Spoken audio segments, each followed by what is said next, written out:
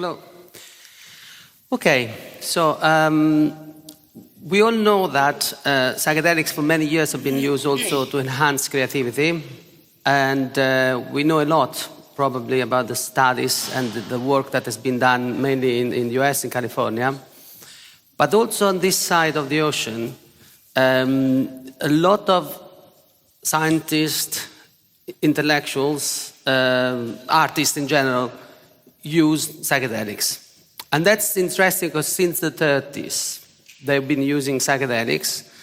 And there is evidence that also the use of psychedelics had a positive impact in their work. I will talk about Fellini for two reasons. First of all, it's been one of the biggest film directors in the history of cinema, but also because he's one of the few where there is a very strong evidence about the experimentation he did with the LSD, and there are a lot of records, a lot of stuff. We can talk that, I will show about that in a minute. I call it psychedelic Dolce Vita because, Dolce Vita was probably the most famous film of the director, and that was set in Rome in the early 60s. And at that time, there was a thriving artistic community that was also using these compounds. Just to set the scene, this is a picture of Via Veneto. Now it's Via Veneto at that time was blossoming with a lot of, was very glamorous. There were a lot of artists, film stars from all over the world. And so there was always a bit of a chaos with a lot of people, a lot of paparazzi. The word came from that film, and where these people taking snapshots of celebrities, of people, and then selling to the newspapers. And this is a picture of Via Margutta. Via Margutta is a very nice street in Rome. It's a bit like, I would say, Montmartre of Rome. But during the 50s and 60s, a lot of intellectuals used to meet there, not just painters, but also were writers, film stars, and so on. And many of them also were experimenting with psychedelics. Unfortunately, for a lot of people, the evidence is anecdotal. So there's, we may say we heard that Mr. So-and-so was using something, but for few people, instead, we have a solid evidence that then we can use also to analyze how these compounds have had an impact on their work. I think it's important also to look at different paradigms about using psychedelics in psychotherapy, and we know that there are two different therapies in a way: the psychedelic therapy and the psycholytic therapy. I'm sure you all know about that, but I think it's just good to remind. With psychedelic therapy, we mean a very strong. We mean that basically during a single session, a strong dose of psychedelics that somehow helps to have a mystical conversion, and that's meant to help, for instance, for people that have traumas, addictions, and so on. But also there is the psycholytic therapy that was more popular in Europe, where instead you use small doses and perhaps in many sessions, and that should help the work of the therapist to help with psychoanalysis. And that was meant mainly to treat neurotic conditions and psychosomatic disorders. At that time, there's this picture, there are three people there. The one in the middle is Fellini. The guy on the right is Servadio, Emilio Servadio. We'll talk about that in a minute. He was a psychotherapist. He was the founder of the Italian Psychoanalytic Society. And he was the guy that used LSD, was the one that introduced LSD in psycholytic therapy. Because at that time he was the most prominent psychoanalyst in Italy, at least in Rome. He had a lot of high-profile patients, and many of them underwent this treatment with this guy. It's just few biographic notes about Dr. Servadio. He was a psychologist and a psychoanalyst, and he was Jew. Unfortunately, in Italy in 1938, the Italian fascist government introduced the racial laws, so he had to leave Italy. And while many Jews used to go, for instance, in the US, in the UK, he decided to go to India, also because he was very interested also in spirituality. And in India, he did quite interesting experiences about meditation, about spirituality.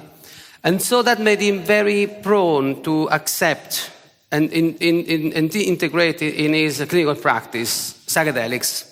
So as soon, after 1945, the LSD started to become available. He was one of the first in the world to use LSD in his, for psycholytic therapy. He published this book because he also was very interested also in extrasensorial phenomena. And he did a lot of research on LSD and psilocybin on extrasensorial phenomena, and he published this book that now is a book that it's very difficult to find. Now it's been reprinted, but the original one from the 60s has a quite significant economic value because it's very difficult to find, but it's very, very interesting book, which I recommend you to read. Just to see what was the idea about LSD, and this is important, this is what Servadio said about, LSD seems to be a substance that came from another planet, from another dimension of the existence. It will be up to us whether it will be integrated to a superior and worthy level or set aside and removed like something too big that mankind was not able to embed. So I think it was very important because he believed that it was very, LSD could be a very powerful tool in a way, something that with some kind of metaphysic nearly meaning, but clearly was very difficult to handle. And so basically you have to be ready to handle it and to somehow to have it. And so in a way, I think at that time was prophetic, because if you think what happened after, perhaps, that was written in the 50s, but perhaps, he was prophetic. So, also it's interesting because Servadio was also an academic and there are a lot of scholars, and he was telling to his students to experiment with small doses of LSD. And clearly he used to give LSD also for his patients, and many of them were creative people, intellectual artists and scientists. And probably the most famous of all of them was Fellini. Okay, so let's go to Fellini. I don't know if you're a cinema enthusiast, you might have seen some of these films. Now, clearly, he died in the 90s, so many of his films are quite old, and probably you might not have seen any of them. But in the 50s, 60s, and 70s, up to the 80s, he was considered one of the most important living director. He was extremely famous, particularly also in the US, when his first films, particularly La Dolce Vita, when he was released in the US, it was screened for a couple of years, and everywhere was screened, not just in New York or Los Angeles, big cities, but also in the middle of nowhere, and a lot of people went to see these films. One of the characteristics of Fellini that led to the coin of also a new adjective, Fellinesque, this is from the Oxford Dictionary, is that his style was often fantastic, bizarre, lavish, and extravagant. And we can see that later. So, what happened with Fellini? Fellini was very successful at first. He shot La Dolce Vita and then 8.5. And he won the Oscar. He got a lot of awards for 8.5. But then for a couple of years, he was stuck. He had a huge personal and creative crisis. He didn't know what to do next. He achieved almost everything, and then he didn't know what to do. And at that time, he started seeing Servadio. And Servadio suggested, why you don't try with LSD? And what is interesting is that Servadio recorded the sessions and interviewed him after. And also he gave interviews about his use of LSD. So, we know when this happened. It happened in the summer of 1964, just after the release of this big film, 8½. Now, we need to see how these films changed after pre and post LSD. Unfortunately, because we have no internet, I attached few footages, but we can't see them, unfortunately. Hopefully, in the next occasion, we might be able to, but I will try to explain. This is a shot from Dolce Vita. You might have seen that, it's quite famous. This is Anita Ekberg and Marcello Mastroianni that are kissing inside the Trevi fountain. As you can see, first of all, it's in black and white. And then you can see also the actors are, very beautiful, well dressed, and so in a way it's a wonderful film. But in a way, you don't see much of the Fellinesque element when you say that, in terms of colors. And this is another shot. This is the last black and white movie that he did, and is called 8½. Again, you can see that it's in black and white. Perhaps there's a lot of contrast between black and white, but again, also here the actors are, you could see are fairly normal in quotation marks, and also if you see in these films, so it's very nice, but again, it's not as distinctive as then these films started to be. Now, again, we can't see, so we need to go quite fast, but then we'll discuss that later. This is instead the first film that he did after taking LSD. Again, unfortunately, the quality is poor and you can't see the footage, but first of all, it's in color. The colors are very bright. There is, for instance, he uses a lot of bright yellows, bright red, and this is completely new for him. But still, at the moment, for instance, the actors, perhaps they're dressed in a slightly bizarre, but the features, the facial features, whatever, they're not particularly unusual. And then after, he did few other films. This one is Satyricon. Again, you can't see that. But there is a lot of, now instead switches towards more grotesque, more bizarre, and also the colors switch from being very bright to instead to be quite dark and so there is this kind of evolution. Okay. So this is interesting because this is what Fellini recalled about the LSD experience. He said, first of all, he was very interested in colors. He struggled with colors, and so that's why he wanted to try that. And they said, in order to try to understand what colors really are in a detached way, you have to become a yogi. We can skip that, but at the end, what he say, I saw colors after the LSD, not likely, while he was doing the LSD session, I saw colors not likely they normally are. We see colors in the objects, We see objects that are colored. I saw colors just like they are, detached from the objects. I had for the first time the feeling of the presence of the colors in a detached way. And that is very important. So he was always doing black and white, and after LSD decided to make a film with very, very, very bright colors.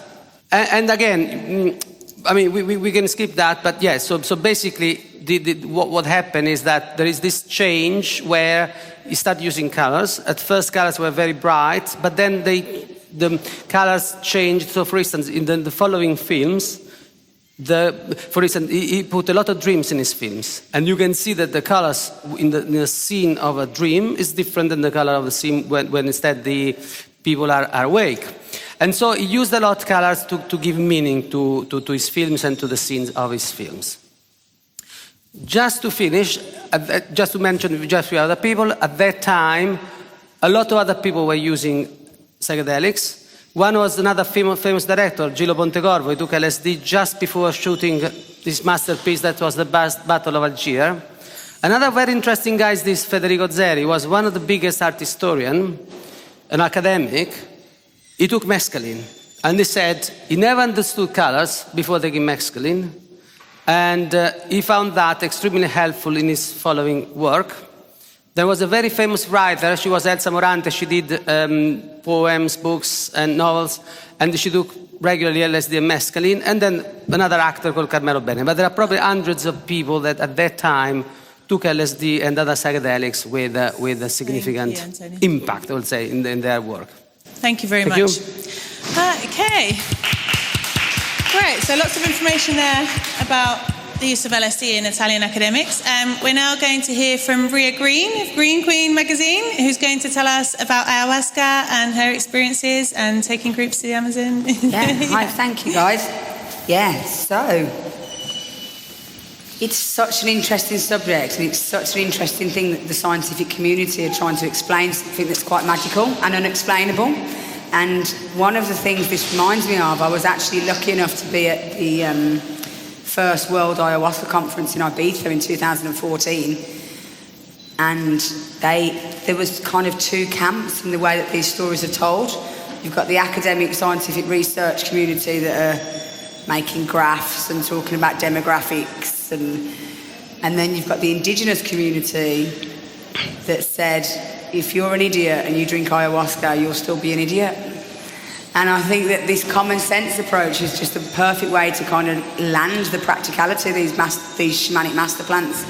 So we could talk about synthetic psychedelics like LSD, ketamine and other things like that, and a lot of them are being used in clinical trials at the moment because they're more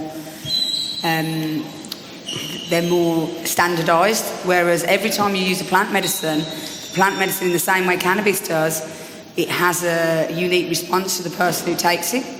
Has anybody actually heard of ayahuasca, just out of interest? Everybody? No? So ayahuasca is one of the 7 shamanic master plants, and it's a vine that's from South America, specifically Peru, and ayahuasca is known as having this kind of psychedelic experience. However, ayahuasca doesn't contain DMT itself. The leaves that it's made of, it's like a brew, it's like a tea, and it takes a whole process to go and find the ayahuasca. So the vines hang in the jungle, and it's like when we go mushroom picking, they're there but they're not there, you know, you've got to have mushroom eyes. It's the same with the ayahuasca. When the vines hang in the jungle, they have to have a whole preparation to see them, because it's the jungle, there's vines everywhere, but this specific older vine has got ingredients that basically. So ayahuasca, when they make the brew, they use a leaf, and the leaf contains the DMT. Chacruna is what they normally use, but they can use different things, depends on where in South America you are. And then the ayahuasca contains an enzyme inhibitor that allows us to allow that DMT to be activated, because normally the stomach would destroy the DMT and you wouldn't have no psychoactive effect. So what the ayahuasca does is it creates this enzyme inhibitor that allows the DMT to be psychedelic, and also do a lot more than that. So if you ask indigenous tribes where they found this medicine from, and this was actually the thing that intrigued me and started me to even want to find the medicine, is what are the chances of mixing these two plants together correctly, and how did they know? And it's 64 million to 1.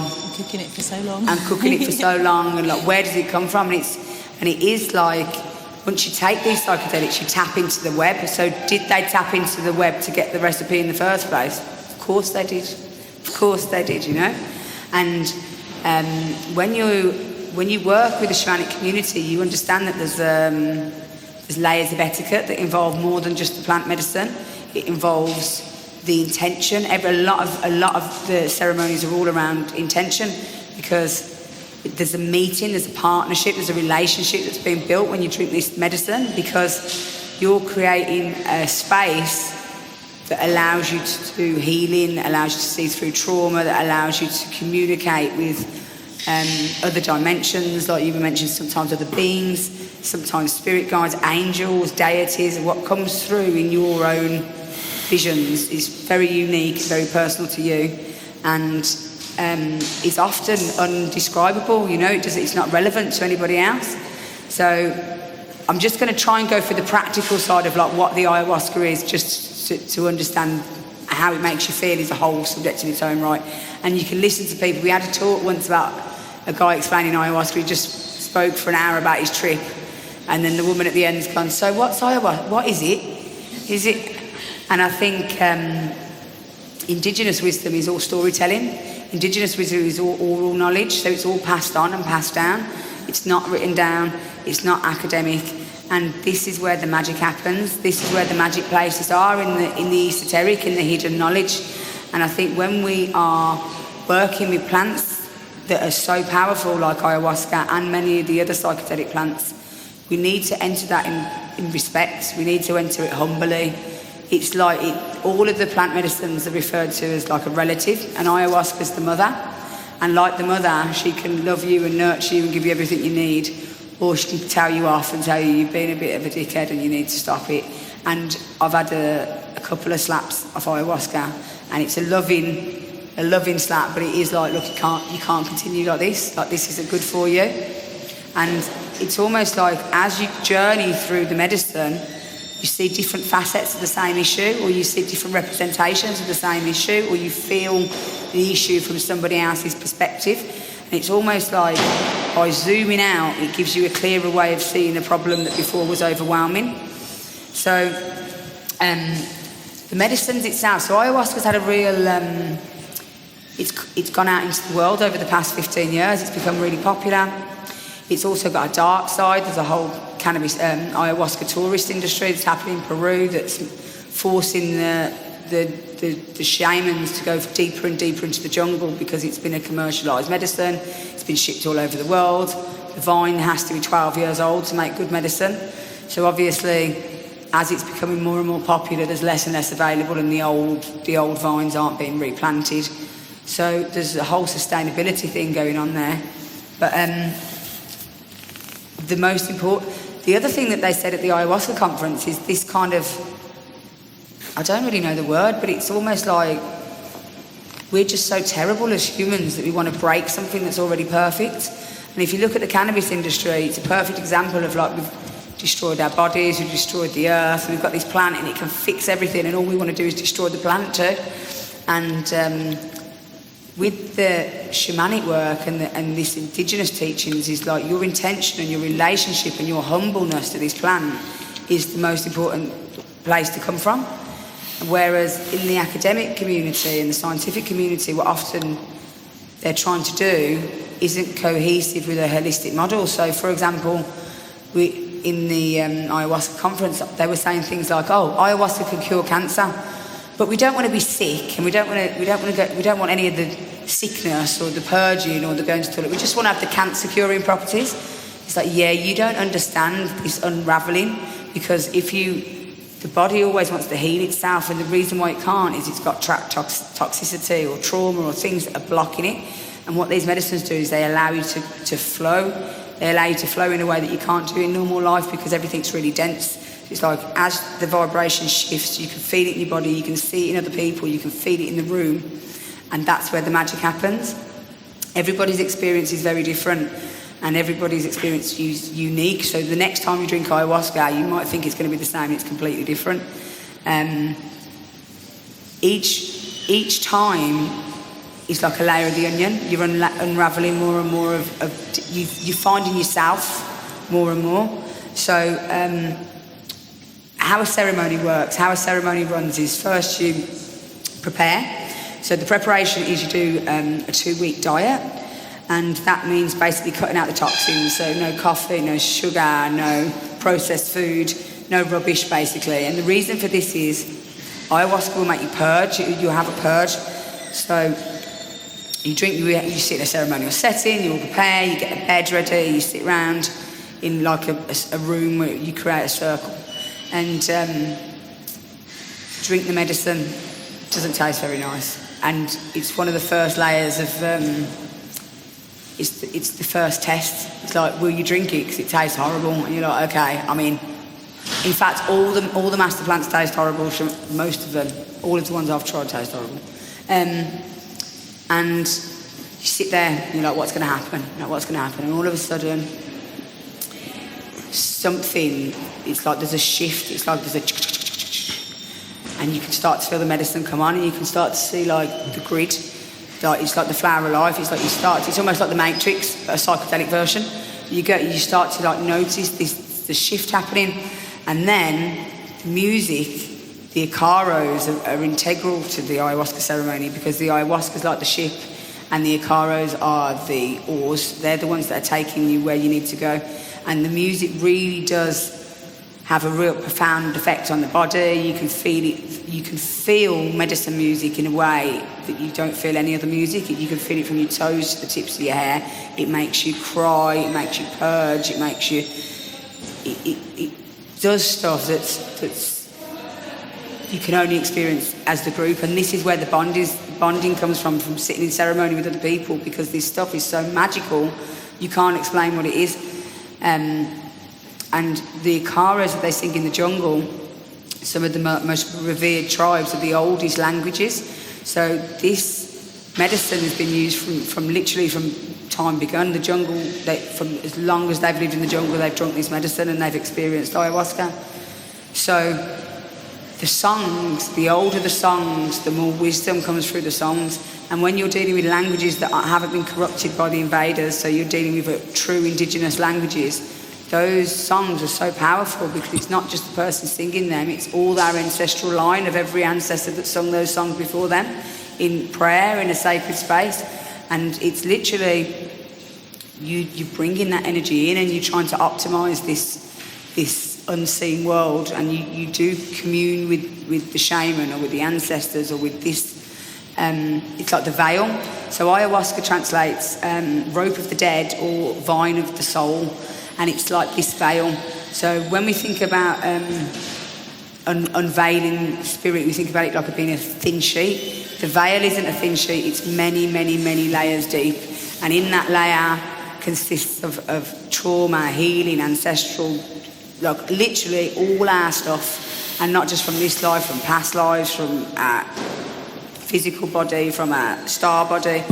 The amount of stuff that's in that space is vast. And when you start to explore it, that's where the healing and the magic happens, and that's where the shamans are familiar in that space, so they can go in and they can identify sickness or trauma or see it. So what the medicine does is, as you drink it, you sit down, you go into it, you start to feel the shift in the dimension, and then you feel the purge, and it's like it kind of shakes out in every cell in your body. It goes into your body. It's like it starts kind of going. It's got cleaning you. Now, what is it? And it's like it goes in. It's like it grabs all the crap that's in your body, and it's not just toxins and rubbish and stuff that you've eaten badly. It's trauma, and when you purge, you can feel it. It's like, oh, that was angry, or that was sadness, or you can cry. You can weep from a place you've never wept from. It's like it's something that's been trapped and it doesn't know how to get out. And what the medicine does is it kind of like moves it up, and it allows everything to move and shift, and all of a sudden things that are like childhood traumas or really bad stuff, people heal really deep wounds with this medicine. But it's not just the medicine, it's the ceremony itself, it's the holding, it's the group, it's the songs, it's not one part. And I think this is where we're going wrong as a white Western world, is we're trying to understand and explain something that's not able to be understood or explained.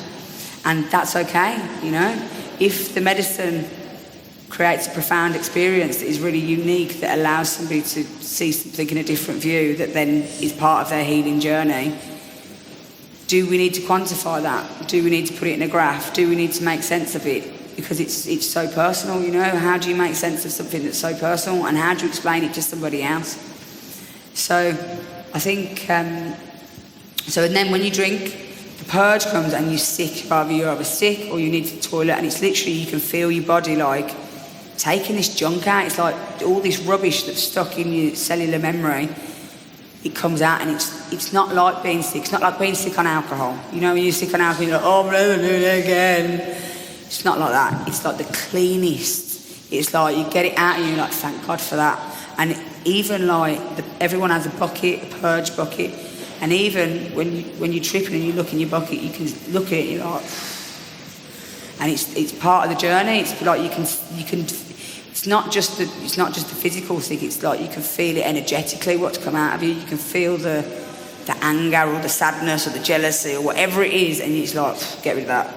And then once you've got this rubbish out of your body, then you can journey, then you can go. And this is where you get the profound, life-changing, magical moments. And my first ever ayahuasca ceremony in Brixton, the universe, it was like the medicine's gone, do you want to see? Do you want to see? I was like, yeah, I want to see.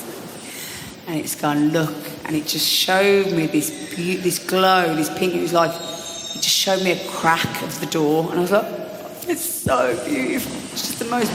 It's like, you haven't even opened the door. This is just peeping through the gap, and it's like, this is how it brings you to go, look at the beauty of everything. Like you were saying, it's like the beauty of life, and the fact that actually that the beauty is in the things that you take for granted every day. Yeah. It's around us all the time. It's around us all the time. So I think these plant medicines have found people that are influential or important in the greater scheme of things. And I feel this way about cannabis as well. Is it's almost like these big players in the plant world, they've got a destiny too. You know, you're like, oh, what's my purpose? They've got a purpose too. And all plants want to be teachers. All plants want to become teachers. They've all got something to share with us. And in my opinion, the shamanic master plants are the gateways to being able to work with all plants, all wisdom, you know. Graham Hancock talks about doing ayahuasca, and then years later having an experience where he was surrounded by, I think it was like mugwort bushes. It wasn't ayahuasca, it wasn't psychedelic, it was just a plant. And he started communing with the plant, and he was going, and he got this wisdom off the plant, and he said it was because of the ayahuasca opened this ability to commune with nature that I before would have thought was crazy, and you'd have never got me sitting hugging a tree. He was like, I'm not a tree hugger, but it allows this relationship to be cultivated that isn't just about the planet, it's about the web, it's about the interconnectivity of everything. And even in the white scientist academic setting, the overall consensus was everybody, 95+% of everybody who took part in the study benefited from some way from taking ayahuasca and felt this connectedness and felt more connected to either a person, a place, the animal, the group, nature. A lot of people changed their diet considerably, including myself. We went practically vegan. And it's not necessarily like you want to go vegan because you're in a circle with all your friends that are vegan. It's like your body just doesn't want it. It's like your body's just like, you know what, you can't even put it in your mouth. It's a very strange experience when you get that cleanness after doing these plant medicines. And I miss it. I haven't done ayahuasca for a long time. I haven't done ayahuasca for 4 years. But it kept me really clean, and it kept me really motivated to be clean. And I think when we kind of go back into the real life, it can be quite overwhelming that we're in such a toxic environment, and it's almost like the medicine just kind of brings you back on track. And not all the medicines are for everybody. Ayahuasca's not going to be drunk by everybody, but the people who do drink it are going to have something that's really special to take out and share with everybody else. There's so much to talk about, but I think maybe if you guys have got any questions specifically about ayahuasca, I'm happy to answer it in a direction. Thank you. Yeah, I think you've really summed up the experience there, because I think it is so hard to put that into words, and like you were saying, you can understand. You can understand the science side of it, but it doesn't explain the experience, does it? But I think you've given us awesome insight there.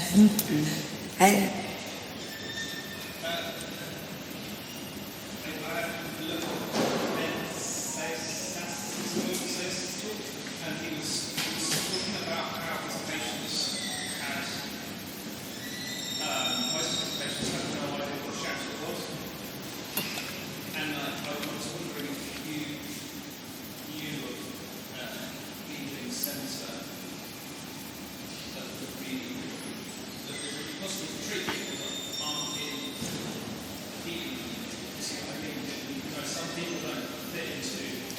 Sorry, are you saying that if you was in it? So are you saying that if somebody went to a are you talking ayahuasca or psychedelics?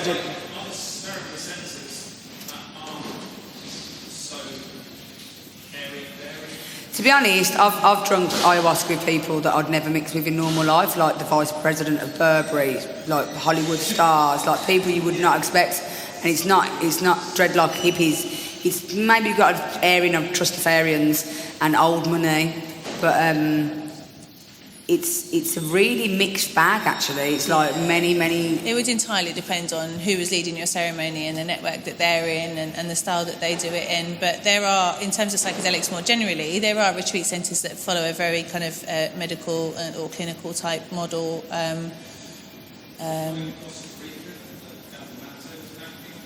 Okay.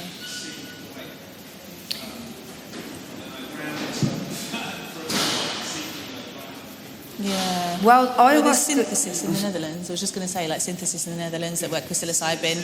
Yeah.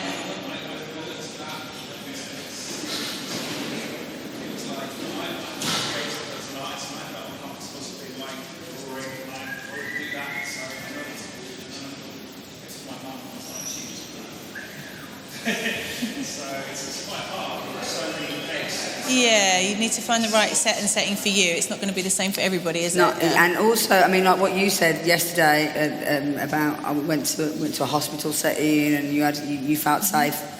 It sounds horrific. It sounds like the worst thing I could possibly imagine. Is taking psychedelics in a hospital setting. Horses for courses. I prefer to be rolling on the dirt in a hut. But indigenous practice. So. My lineage is from like indigenous practices, so it was all like actually speaking to the tribal. We were part of the Kashinara and the Huni Kuni people come over from deep in Brazil. They were an unpenetrated tribe and they shared their songs and their wisdom. Then you've got things like the Santa Dime, which is a Catholic-based ayahuasca church that actually integrates Jesus and prayer with the set, so it's a very Catholic. Their medicine isn't so strong. Brixton one was an indigenous one. So there's illegal ceremonies that happen all over the place, but it's like weed. No, it was in the middle of Brixton. No, it was a yoga studio. It was a yoga studio. It was one room. We all sat around. The main need for ayahuasca ceremonies is bathrooms, because obviously people are going to need the toilet. So as long as there's enough. So we've done it in like closed nightclubs, yoga studios, because what happens is once you have this experience and it's so profound, a lot of people from different will just do anything, give their space, give their time. Bearing in mind it's illegal as well, you know, and it's kind of like a community there's a whole network of medicine family that exists in the UK.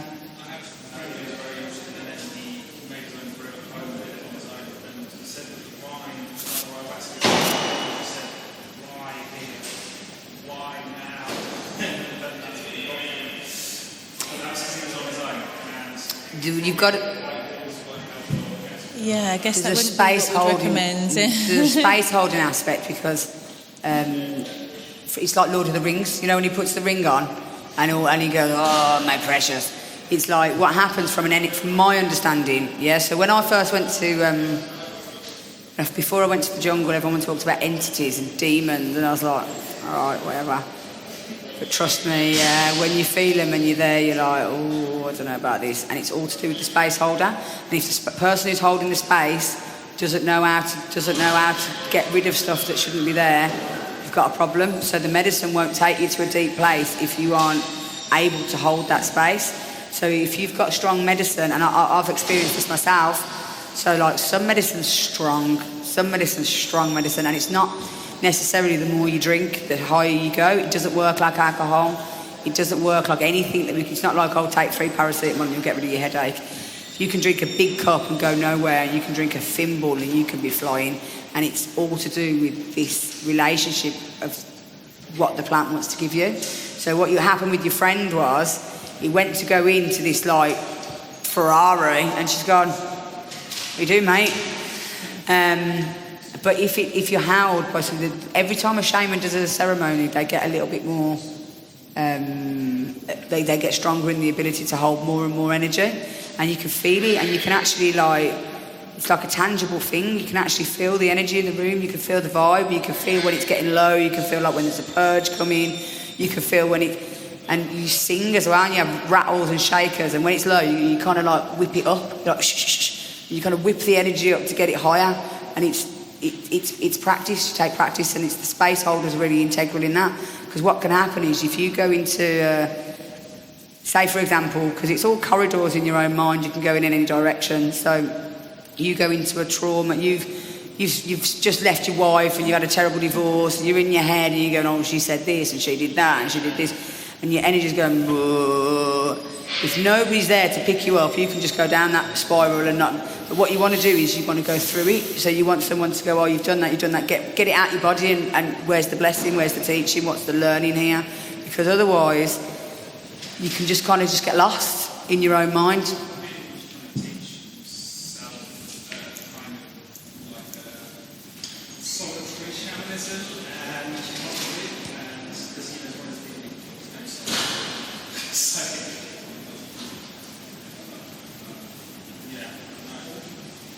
I definitely suggest that finding a really good shaman that you can vibe with in a nice way is the most important thing.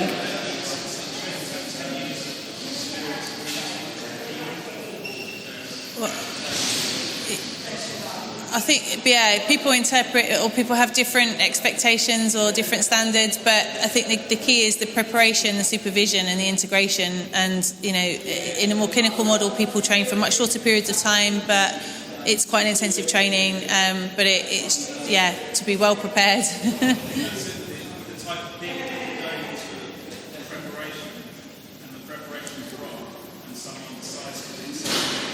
Mm-hmm. Yeah, I think this is why we continuously say the set and the setting and the people around you are absolutely key, and what that looks like for each individual will vary, but it's in any case, under any model, we know that it's critical. It isn't just about the substance, it isn't about the compound, it's about the entire experience from beforehand, during and after, and all of those need to be right.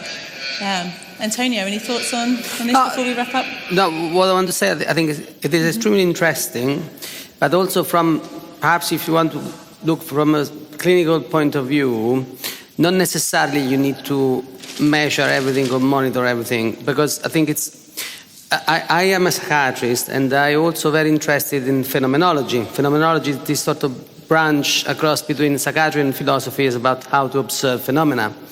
And the first thing you need to do, if you are interested in phenomenology, is to apply there's a Greek word called epoche. Epoche means suspension of judgment. So you observe a phenomenon, but you don't have any judgment on that.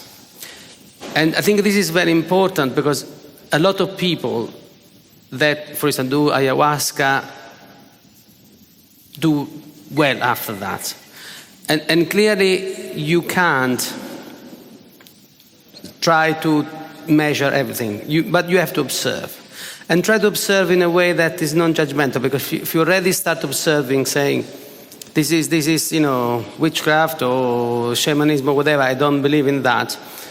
So I think that's very important, and also I keep an open mind. Yeah, I think you need to have an open mind. But I think what also is very important, as they already mentioned, is the setting, and somehow the reliability of the people doing the ceremonies, because there are now a lot of cowboys that, for example, I've seen few people that had negative experiences, but because also the so-called shaman perhaps wasn't a shaman, or was doing just for money and other things. That's not just for ayahuasca, for instance, for ibogaine. People that went to Africa and then came back very traumatized, because perhaps they shouldn't have used this kind of people. Perhaps they should have searched better and find more. Yeah. It's back as well to what we were saying about this tourist trade that's been created from the medicine. So it's almost like, once there's money involved, people do stuff with the front, but it's terrible, actually. Some of the stuff that's happening in Peru is terrible.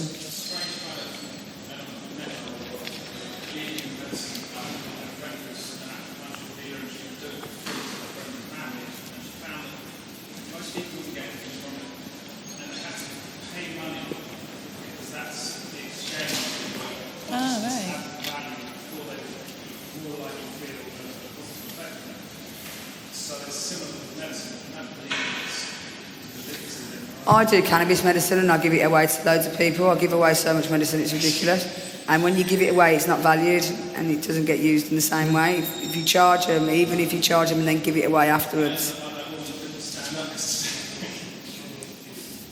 But yeah, value and cost and intention.